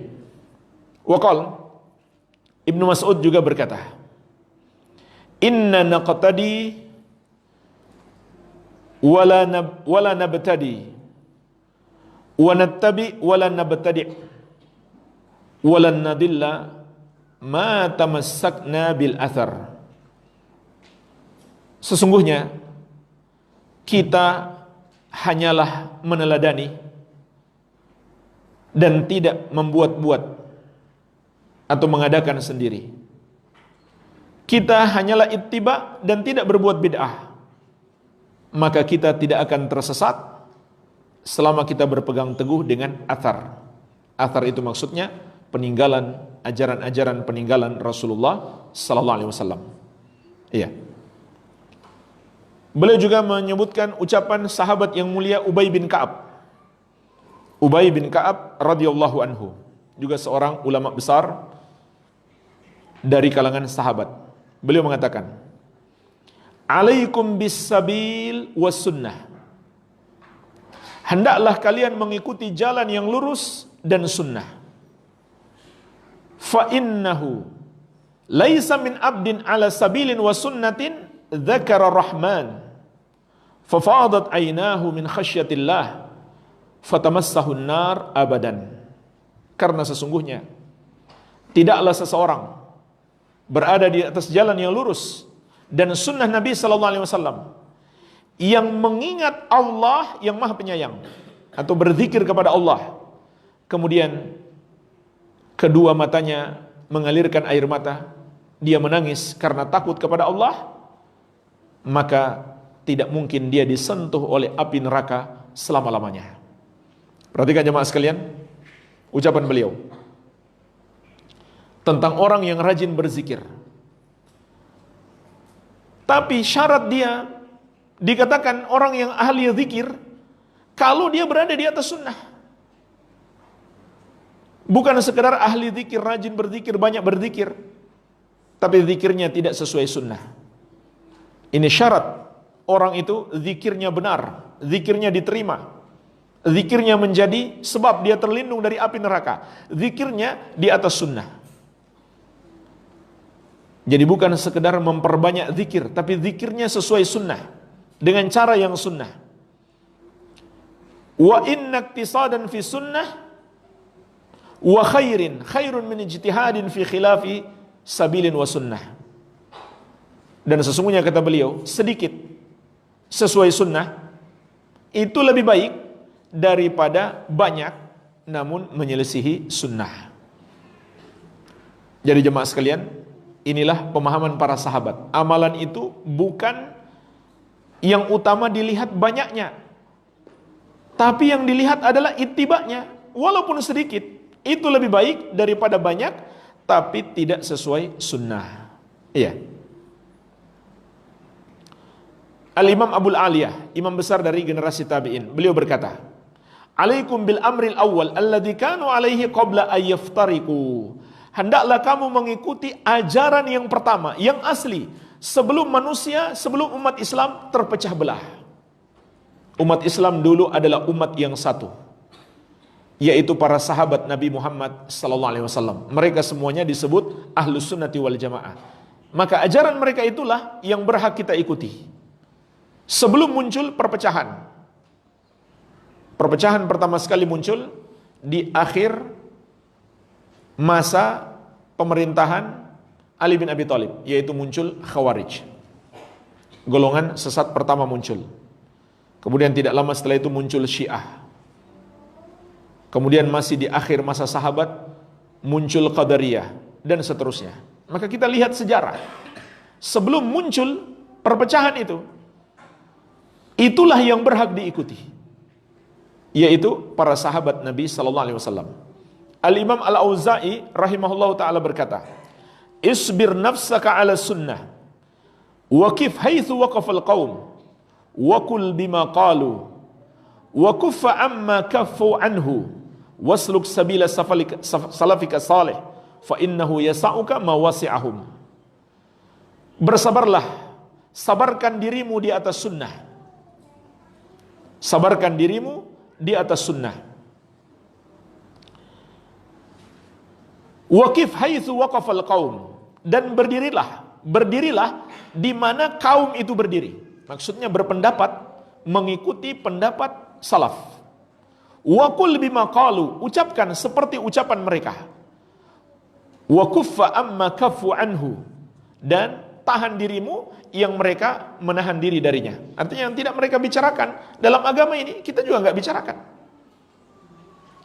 Dan ikutilah jalan salafmu yang saleh, karena sesungguhnya mencukupimu apa yang telah mencukupi mereka. Jadi jemaah sekalian, inilah cara beragama yang diajarkan para ulama. Apa yang dikatakan oleh salaf itu kita ikuti. Yang tidak mereka katakan, yang tidak mereka bicarakan, ya nggak usah sibuk kita bahas. Nggak usah sibuk kita bahas. Ya, mungkin sebagai contoh yang lagi viral, ramalan-ramalan akhir zaman. Ya, itu bukan cara salaf seperti itu. Yaitu ilmu baru yang namanya cocoklogi. Ya. Mencocok-cocokkan hadis-hadis dengan peristiwa-peristiwa. Kemudian meramal-ramal kapan akan terjadi hari kiamat. Itu contoh yang para salaf nggak pernah melakukan seperti itu. Dan masih banyak lagi tentunya contoh-contoh yang lain. Ya. Jadi jemaah sekalian, apa yang mencukupi bagi mereka, itu mencukupi bagi kita. Jangan kita lebih daripada mereka. Ya. Beliau juga berkata, Imam Al-Auza'i rahimahullah ta'ala, alaika bi athari man salaf, wa in rafadakan nas, wa iyyaka wa ara'ar rijal, wa in zakhrafuhu laka bil qaul. Hendaklah kamu berpegang teguh dengan athar-athar salaf, dengan pendapat ulama salaf. Meskipun manusia menolakmu, dan jauhilah olehmu pendapat-pendapat manusia. Meskipun mereka hiasi pendapat-pendapat itu dengan kata-kata yang menipu, kata-kata yang bagus, sehingga kamu tertipu. Jadi ini nasihat ulama, berpegang teguh dengan manhaj salaf walaupun manusia menolak, dan peringatan jangan tertipu walaupun retorikanya bagus, jangan tertipu. Iya. Imam Ahmad rahimahullah ta'ala berkata, ini sudah beliau ulang-ulangi ucapan ini, kalau saya nggak salah sudah ini yang ketiga, baru di bab yang keempat sudah 3 kali beliau ulangi ucapan Imam Ahmad. Usulu sunnah indana at-tamassuk bima kana alaihi ashabu Rasulillah sallallahu alaihi wasallam wal iqtida' bihim wa tarkul bid'ah. Prinsip sunnah menurut kami adalah berpegang teguh dengan jalan para sahabat Rasulullah sallallahu alaihi wasallam, meneladani mereka dan meninggalkan bid'ah. Inilah jemaah sekalian dalil dari Al-Quran dan Sunnah serta nasihat-nasihat para ulama ahlu sunnah dari masa ke masa yang memerintahkan kaum muslimin untuk berpegang teguh dengan jalan generasi salaf. Baik, insyaallah di pertemuan yang akan datang kita mulai masuk pembahasan secara lebih spesifik. Seperti apa manhaj salaf itu, terutama dalam hal akidah. Ya. Beliau mulai menjelaskan di bab yang ke-5, ciri-ciri akidah salaf, akidah ahlus sunnah, sehingga dengan ciri-ciri itu kita tahu bedanya dengan akidah yang menyimpang. Baik. Semoga bermanfaat. Wabillahi taufik.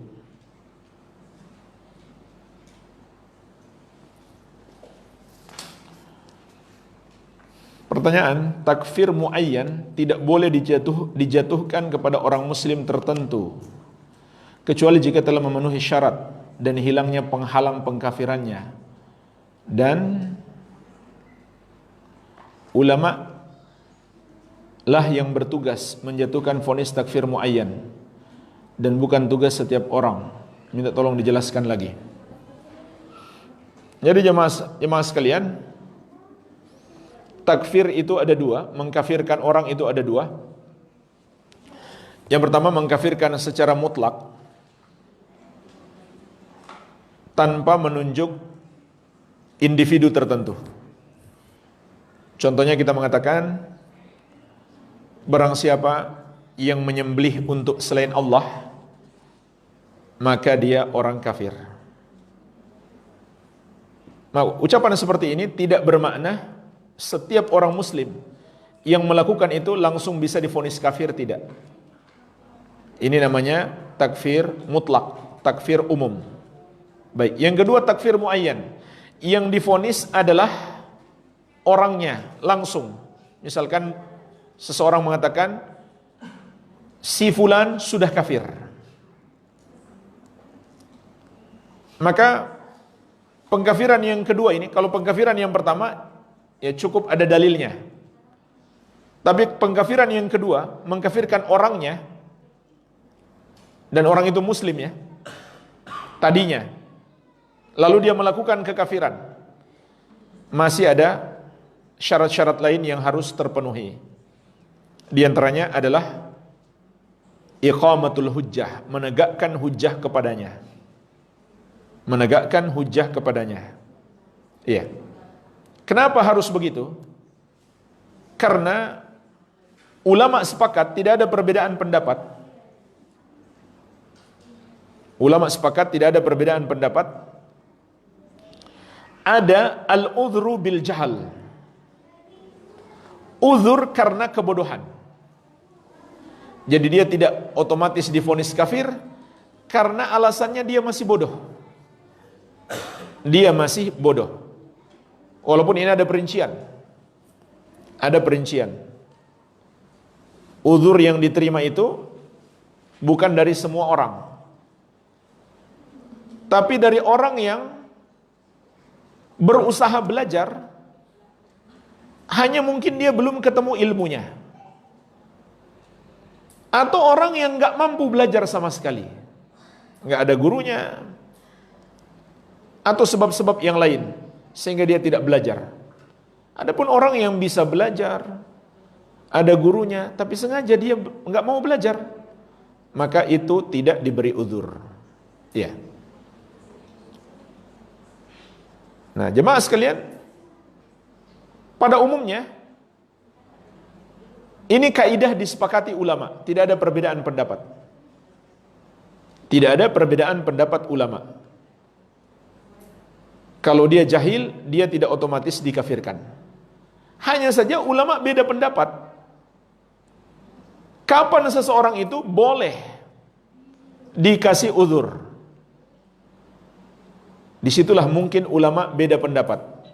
Sehingga pengkafiran terhadap seseorang, mungkin saja ulama beda pendapat. Mungkin ada yang mengatakan, bagi saya dia sudah kafir. Mungkin yang lain mengatakan, bagi saya dia belum kafir karena dia bodoh. Nah, jemaah sekalian, sebelum kita lanjutkan pembahasan ini, perlu saya ingatkan dulu, perbedaan pendapat seperti ini, itu perbedaan yang berdasar dari ijtihad. Dan ini termasuk perbedaan pendapat yang tidak boleh saling menyesatkan. Ini termasuk. Ketika dua ulama berijtihad, satu mengatakan bagi saya dia sudah kafir, tidak pantas dia dikasih uzur bil jahal. Satu lagi mengatakan bagi saya dia belum kafir, dia bodoh, pantas dia dikasih uzur. Baik, jadi perbedaan seperti ini tidak memunculkan penyesatan terhadap yang lainnya. Iya. Nah, jadi untuk memvonis dia kafir, uzur ini dihilangkan dulu. Uzur ini dihilangkan dulu. Bagaimana cara menghilangkannya? Iqamatul hujjah, menegakkan hujjah kepadanya. Dan yang bisa menegakkan hujjah tentu orang yang berilmu. Tentu orang yang berilmu. Yang berilmu juga tidak mutlak disebut dia ulama. Mungkin dia penuntut ilmu, tapi dia bisa menjelaskan secara baik hujjah kepada orang tersebut. Iya. Sehingga jemaah sekalian, Yang bisa memvonis dia itu sudah pantas dikafirkan atau tidak, ya tidak semua orang tentunya. Tidak semua orang. Iya. Jadi ini penjelasannya secara singkat. Karena yang bisa menegakkan hujah tidak semua orang. Yang bisa menerapkan syarat. Kenapa enggak semua orang? Karena tidak bisa semua orang menerapkan syarat pengkafiran. Hanya orang-orang yang berilmu. Baik. Tetapi beda halnya kalau orang itu sudah jelas-jelas pertama enggak masuk Islam. Ini beda hukumnya. Yang kita bicarakan di sini orang yang masih muslim atau tadinya muslim. Tapi orang yang belum masuk Islam ya jangan ragu katakan dia kafir. Atau misalkan dia jelas-jelas pindah agama. Itu enggak harus tunggu ulama untuk mengatakan dia kafir. Sudah jelas-jelas dia bukan muslim. Iya.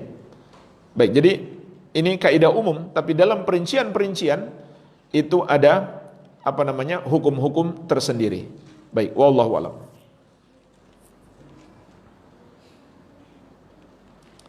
Apakah kalau kita katakan ahlul bid'ah kita berprasangka buruk?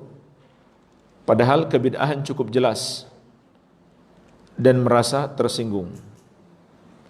Jemaah sekalian, ini kebetulan pertanyaan ini setelah masalah pengkafiran. Memvonis orang ahlul bid'ah itu juga tidak mudah. Itu sama dengan pengkafiran. Sama dengan masalah pengkafiran. Harus hati-hati. Harus hati-hati. Iya. Kalau kita salah vonis ya dosa besar. Jadi hati-hati. Jadi hati-hati. Iya.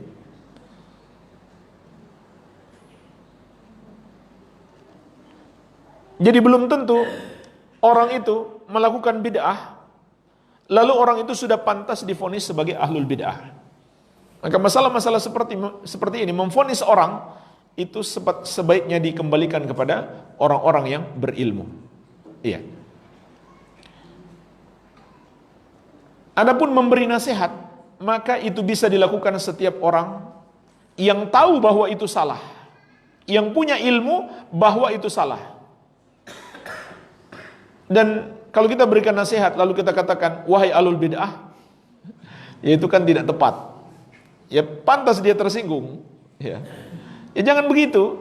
Wahai saudaraku, ya kalau perlu kasih uang dulu. Ya, mau uang enggak? Ya, baru dinasihati. Begitu cara menasihati. Ambil dulu hatinya, baru dinasihati. Berbuat baik kepadanya. Itu cara yang bagus supaya nasihat diterima. Iya. Kemudian penjelasannya harus ilmiah dengan dalil. Dengan dalil, maka itu akan membantu memudahkan orang memahami apa yang kita sampaikan. Iya. Jadi itu nggak ada hubungannya dengan prasangka buruk. Kalau kita menasihati, wahai saudaraku tinggalkan perbuatan bid'ah, itu nggak ada. Itu bukan prasangka buruk. Ya. Itu namanya ingin menyelamatkan dia.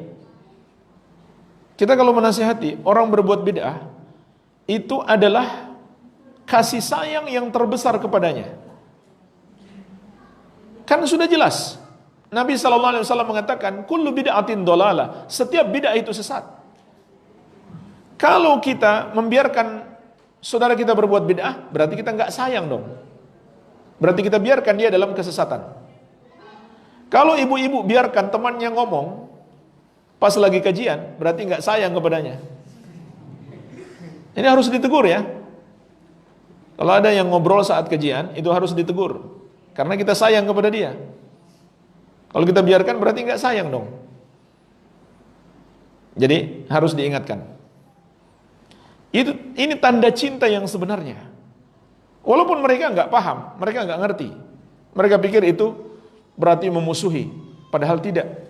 Justru itu tanda cinta yang hakiki. Itu tanda cinta yang hakiki. Kalau kita biarkan dia, berarti kita tidak sayang. Ada oknum yang bermanhaj salaf, suka mengkafirkan dan suka menentang pemerintah. dan akibatnya yang benar-benar lurus bermanhaj salaf sering difitnah.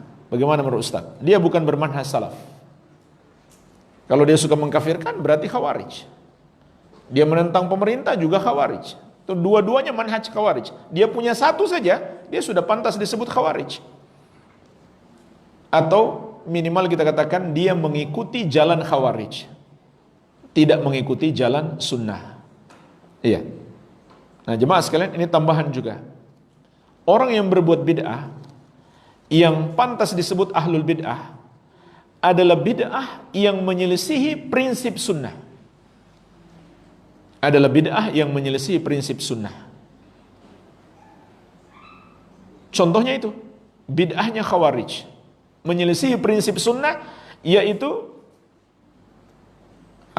tunduk dan patuh kepada pemerintah, tidak melakukan pemberontakan.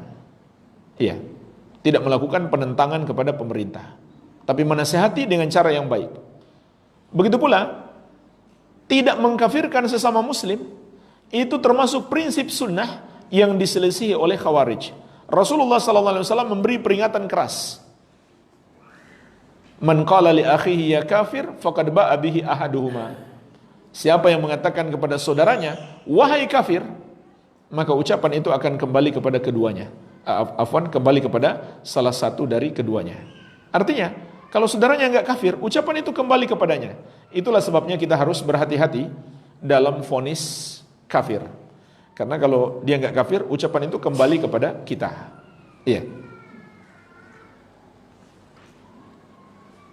Orang-orang yang bermanhaj salaf ini suka mengkafirkan dan membid'ahkan. Padahal yang saya pahami hanya menghukumi perbuatan bukan orangnya. Tolong dijelaskan lagi untuk membantah orang-orang yang gagal fokus atau mencari-cari kesalahan dalam dakwah ini. Iya betul, itu salah satu kesalahpahaman. Tadi sudah saya jelaskan. Menghukumi itu ada dua, menghukumi perbuatan atau menghukumi secara umum tanpa menunjuk orang, ya. Yang kedua menghukumi orangnya. Maka ini dua hal yang berbeda. Jadi kalau kita sedang menjelaskan tentang pembatal-pembatal keislaman, ini dosa bisa membatalkan Islam. Contohnya menghina agama Allah, menghina Rasulullah SAW, maka itu batal Islamnya. Atau yang lainnya. Ya, jadi itu sedang berbicara tentang perbuatan, berbicara tentang perbuatan. Iya. Atau contoh lain, kita berbicara tentang setiap bid'ah itu sesat dan setiap sesat tempatnya di neraka. Itu kan yang ngomong begitu Rasulullah SAW. Kullu bid'atin dolalah wa kullu dolalatin finnar. Setiap bid'ah itu sesat dan setiap yang sesat tempatnya di neraka. Yang ngomong seperti itu adalah Rasulullah SAW. Nah, tapi jangan dipahami ketika kita menyampaikan hadis itu berarti kita memvonis setiap orang yang berbuat bid'ah pasti masuk neraka. Wa kullu dhalalatin finnar. Setiap bid'ah itu sesat dan setiap yang sesat tempatnya di neraka. Itu hadis Nabi SAW. Iya.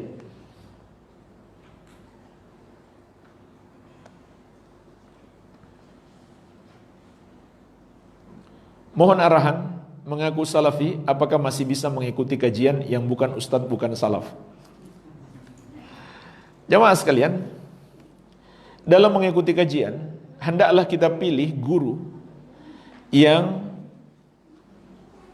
kita kenal dia mengajarkan Al-Quran dan Sunnah sesuai pemahaman yang benar, pemahaman Ahlus Sunnati wal Jamaah. Ya. Itu ajaran Islam. Betapa banyak orang yang rusak karena salah memilih guru. Kalau gurunya mengajarkan terorisme, ya dia bisa jadi teroris. Jadi ini menentukan sekali bagaimana akidah seseorang, bagaimana beribadahnya seseorang, maka guru sangat menentukan. Oleh karena itu, syariat Islam memerintahkan kita untuk tidak berguru kecuali kepada orang yang mengikuti jalan yang lurus, yaitu jalan Ahlus Sunnati wal Jamaah. Dalilnya apa? Sangat banyak. Di antaranya surat Ali Imran ayat ke-7. Allah Subhanahu wa taala berfirman, "Fa ammal ladzina fi qulubihim zayg fayattabi'una ma tashabaha minhum ibtigha'al fitnah wa ibtigha'a ta'wilih." Adapun orang-orang yang di hati mereka ada penyakit kesesatan. Orang-orang yang di hati mereka ada penyakit kesesatan. Maka mereka akan mencari-cari dalil-dalil yang mutasyabih. Mutasyabih itu yang dipahami hanya sebagian orang saja, banyak orang belum paham. Lalu mereka jadikan dalil itu untuk menyesatkan manusia. Perhatikan jemaah sekalian, Allah ingatkan kepada kita dalam ayat ini, ada orang menyesat dengan ayat, dengan hadis, dan mereka membuat penakwilan tersendiri. Sebagai kenapa anak muda itu berani dia melakukan bom bunuh diri? Karena dia dikasih dalil. Dalil tentang apa? Dalil tentang jihad dan mati syahid. Tapi cara memahami dalil tersebut mereka tafsirkan sendiri. Mereka pahami sendiri. Maka Allah ingatkan kepada kita dalam ayat ini. Dan Rasulullah SAW telah menjelaskan ayat ini. Bagaimana cara kita mengamalkan ayat ini? Dalam hadis yang diriwayatkan Al-Bukhari dan Muslim dari Aisyah radhiyallahu anha, kata Nabi sallallahu alaihi wasallam, "Idza ra'aital ladzina yattabi'una ma tashabaha minhu, fa ulaikal ladzina samallahu fahdharuhum." Kalau kamu lihat ada orang yang mencari-cari dalil yang mutasyabih, dia buat penafsiran sendiri untuk menyesatkan manusia, tidak merujuk kepada pemahaman salaf, maka kata beliau, mereka itulah yang Allah maksudkan dalam ayat ini, jauhi mereka. Suruh jauhi. Jauhi artinya apa? Dijadikan teman dekat pun nggak boleh, apalagi dijadikan sebagai guru. Jadi jemaah sekalian, ini bukan sekedar supaya kita nggak tersesat, tapi memang perintah Allah menjauhi. Jadi nggak bisa kita katakan, saya yang buruk saya buang. Allah menyuruh kita menjauhinya, bukan menyuruh ambil yang baik lalu buang yang buruk. Dan faktanya juga mungkin tidak semua yang bisa kita saring. Bisa jadi sesuatu kita kira baik padahal buruk. Yang buruk dia hiasi dengan dalil-dalil, kita mengira itu baik. Kecuali kita sudah pintar sekali, kita sudah jadi ulama dong, sehingga kita bisa menilai semua yang dia katakan, yang baik kita ambil, yang buruk kita tinggalkan. Iya. Jadi ini diantara dalil yang melarang kita berguru kepada orang yang mengajarkan pemahaman yang berbeda dengan pemahaman salaf. Iya. Mas sekalian, sekali lagi pemahaman salaf adalah Islam itu sendiri, tapi Islam yang asli, bukan sebuah komunitas tertentu, bukan sebuah majelis tertentu atau radio tertentu, tidak. Tapi dia adalah Islam yang asli. Iya.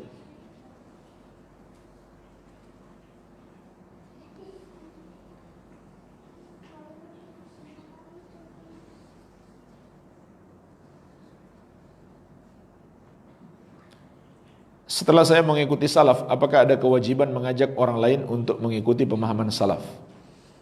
Iya, kewajiban berdakwah. Kewajiban berdakwah. Kan kita mau jadi pengikut Nabi sallallahu alaihi wasallam. Allah sudah ingatkan di surat Yusuf ayat 108. Qul hadhihi sabili ad'u ila Allahi ala basiratin. Katakan, inilah jalanku, yaitu aku berdakwah mengajak kepada Allah berdasarkan ilmu. Iya. Jadi ini jalan Rasulullah sallallahu alaihi wasallam. Setiap muslim harus berdakwah, mengajak kepada kebaikan. Pemahaman tentang hadis Abu Hurairah, Rasulullah SAW bersabda, tidak ada penyakit menular dan tidak ada tiarah, tidak ada kesialan. Maksudnya tidak ada penyakit menular, tidak ada penyakit menular dengan sendirinya, tanpa izin Allah Azza wa Jalla. Tidak ada penyakit menular dengan sendirinya tanpa izin Allah Azza wa Jalla. Ya, termasuk penyakit yang menimpa orang-orang kafir. Itu bukan sekedar kebetulan. Kita lihat kebetulan, tapi itu adalah takdir Allah. Tidak ada yang kebetulan. Dan takdir Allah itu bisa jadi hukuman kepada mereka. Karena mereka misalkan menzolimi umat Islam. Atau melakukan perbuatan yang haram. Contohnya apa? Makan kelelawar. Nggak boleh makan kelelawar. Mayoritas ulama mengharamkan kelelawar. Jangan dimakan, itu sebab penyakit. Mayoritas ulama mengharamkan kelelawar. Dan Nabi SAW melarang. La taqtulul khufash. Jangan kalian membunuh kelelawar. Jangan membunuh kelelawar. Nah, kaidah yang disebutkan para ulama, hewan yang haram dibunuh, otomatis haram dimakan. Begitu pula sebaliknya, hewan yang diperintahkan dibunuh, itu juga haram dimakan. Termasuk hewan yang diperintahkan dibunuh adalah ular. Maka ular juga haram dimakan. Kenapa? Karena kenapa dia diperintahkan dibunuh? Karena dia hewan yang buruk. Yang buruk-buruk tidak pantas kita makan. Makan yang baik-baik. Iya. Adapun kelelawar, begitu pula katak, itu nggak boleh dibunuh. Maka kalau nggak boleh dibunuh, otomatis nggak boleh dimakan. Makanya mayoritas ulama berpendapat haram dimakan. Hanya segelintir ulama dari Hanafiyah yang membolehkan kelelawar. Tapi mayoritas ulama termasuk sebagian Hanafiyah juga mengharamkan makan kelelawar. Iya. Juga ada sebab lain. Nabi SAW juga menyebutkan kelelawar itu pernah berdoa kepada Allah. Ketika orang-orang kafir menyerang dan menguasai Masjidil Aqsa, kelelawar berdoa kepada Allah. Ya Allah, berikan aku kuasa terhadap air laut, biar aku banjiri mereka. Aku binasakan mereka dengan air tersebut. Iya. Nah, hadisnya sahih. Jadi intinya penyakit menular itu bukan tidak ada zatnya, tapi tidak terjadi dengan sendirinya tanpa izin Allah. Iya. Adapun tidak ada kesialan, sama. Tidak ada kesialan kecuali kesialan yang Allah tetapkan. Makanya kita nggak boleh tetapkan sendiri. Menurut saya tanggal 13 sial, nggak boleh. Hanya Allah yang berhak menetapkan. Kalau Allah tidak tetapkan, kemudian kita tetapkan, maka itu adalah syirik. Maka itu adalah syirik. Dan di muka bumi ini, yang Allah tetapkan kesialan itu hanya satu, yaitu perbuatan dosa kita. Itulah sebab kesialan kita. Angka-angka segala macam itu tidak mendatangkan kesialan. Iya. Termasuk syirik, meyakini angka-angka itu bisa memberi kesialan. Dan juga pemahaman yang benar tentang bintang yang dikaitkan dengan musim. Musim hujan dan kemarau. Kalau misalkan ada bintang yang kita perhatikan dari tahun ke tahun, saat bintang itu muncul, pertanda sudah dekat musim hujan. Kalau bintang yang lain muncul, pertanda sudah dekat musim panas. Maka di sini ada khilaf ulama. Ada khilaf ulama. Sebagian melarang menghubung-hubungkan seperti itu. Sebagian mengatakan tidak apa-apa, asalkan memang terbukti. Asalkan memang terbukti. Iya. Adapun menghubung-hubungkan bintang dengan peristiwa di muka bumi, maka itu adalah syirik. Itu adalah syirik. Iya. Menghubung-hubungkan bintang dengan peristiwa di muka bumi. Termasuk turunnya hujan. Termasuk turunnya hujan. Ya, maksud saya tadi musim, bukan hujan. Musim. Adapun turunnya hujan itu nggak boleh sama sekali karena sudah jelas ada hadis yang melarang. Jadi, ini hadis sahih diriwayatkan Al-Bukhari dan Muslim. Allah Subhanahu wa taala berfirman, ini hadis qudsi. Asbahabi min ibadi mu'minun bi wa kafir. Masuk di waktu pagi ini, di antara hamba-hambaku ada yang beriman dan ada yang kafir.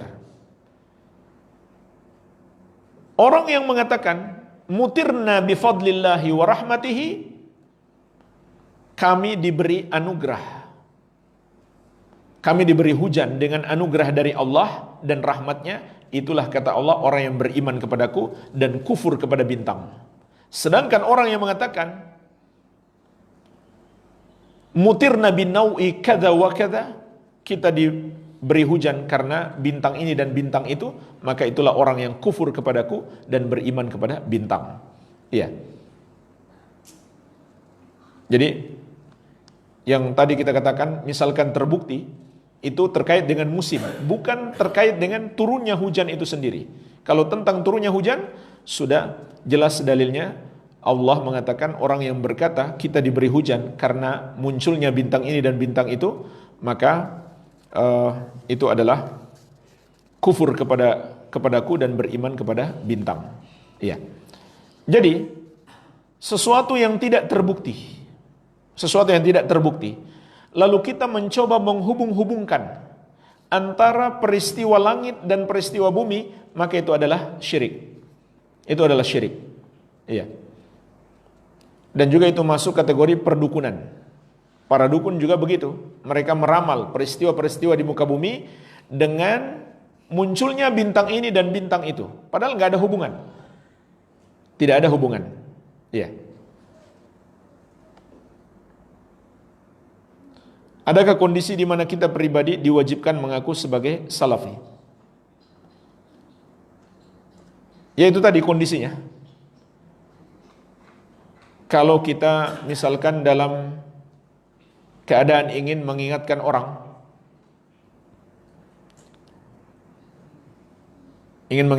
atau jangan orang salah paham kepada kita, ya mungkin ada kondisi kita diwajibkan mengatakan saya seorang salafi supaya orang tidak salah paham. Iya. Apalagi sampai memudaratkan yang lain. Ya misalkan ada aparat mengira kita teroris. Ya tidak apa-apa, sangat baik kita mengaku saya bukan teroris, saya salafi. Iya. Jadi jelas perbedaannya. Terlebih lagi sampai memudaratkan saudara-saudara kita misalkan. Jadi kalau ada aparat yang mengira itu teroris, maka kita harus jelaskan. Saya salafi, mereka juga salafi, bukan teroris. Iya. Karena terkadang orang-orang awam menilai dari penampilan. Menilai dari penampilan saja, bukan dari manhaj dan akidah.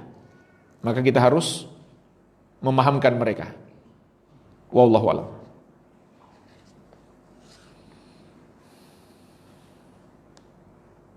Bagaimana sikap kita yang berpegang teguh dengan manhaj dan akidah salafus saleh, tapi malah dibilang memecah belah karena membatasi toleransi tentang ucapan selamat perayaan kafir. Ya. Jemaah sekalian,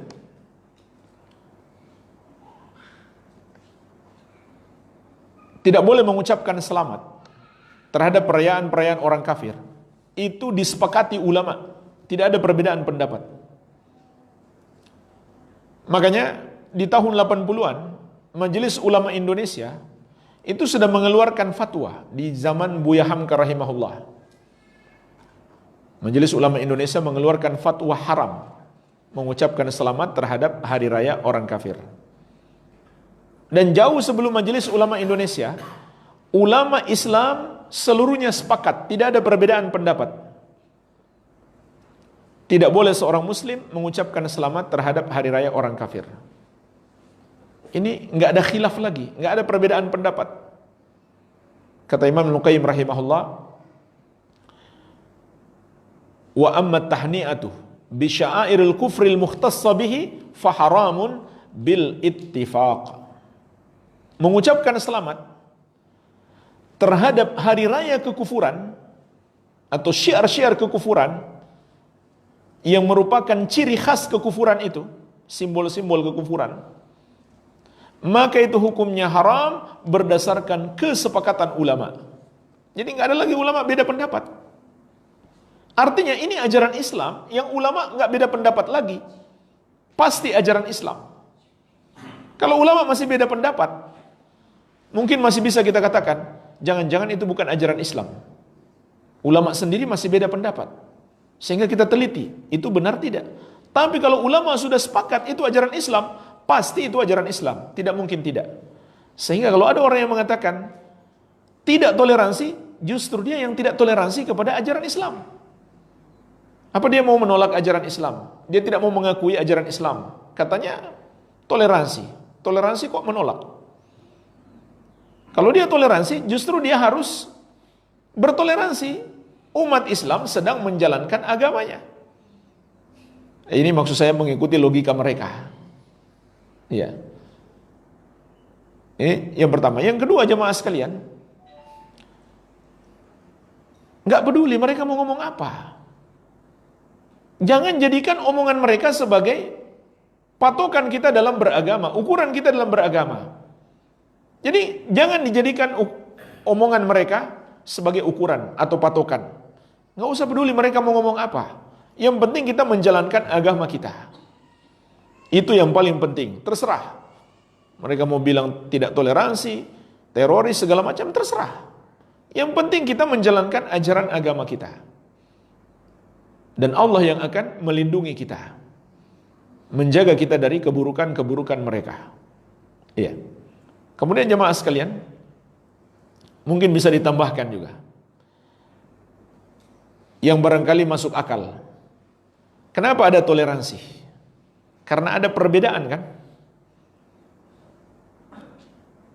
Ada toleransi karena ada perbedaan. Nah, dalam Islam, ketika kita setuju dengan mereka, ya, salah satu bentuk persetujuan berarti kita ucapkan selamat. Ucapkan selamat berarti setuju. Kalau kita menganggap itu salah, bukan kita ucapkan selamat, tapi kita datang untuk mengingatkan. Saya ingatkan kamu, ini salah, jangan rayakan ya. Ini kufur, meyakini Allah punya anak. Bukan malah kita ucapkan selamat. Kalau kita ucapkan selamat, kita setuju dengan mereka, berarti kita dengan mereka sudah nggak ada bedanya.